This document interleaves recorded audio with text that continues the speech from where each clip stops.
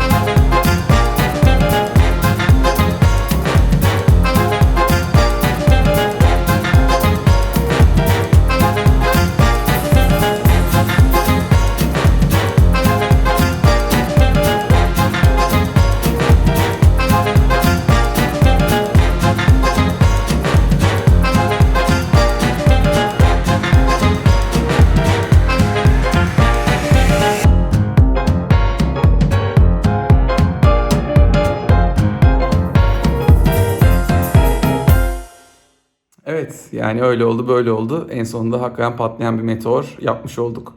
Güzel de oldu. Genelde mavi renkleri kullanıyordum son dönemde. Kırmızıyla bir anda böyle bir hareket gelmiş gibi oldu işe. Sonuçtan bayağı memnunum aslında isterseniz. Bir kısmı tam hayal ettiğim gibi olmadı. Bir kısmı hayal ettiğimden daha güzel oldu. Ama zaten sıvılarla resim yaptığınız zaman o sıvının karakteriyle sizin düşündüğünüz şey birleşiyor ve ortaya bir harman çıkıyor. Bu harman da ne kadar doğal, yani doğaya uygun, doğada gördüğümüz şeye benzer olursa bize de o kadar güzel geliyor. Umarım beğenmişsinizdir. Umarım videoda faydalı olmuştur.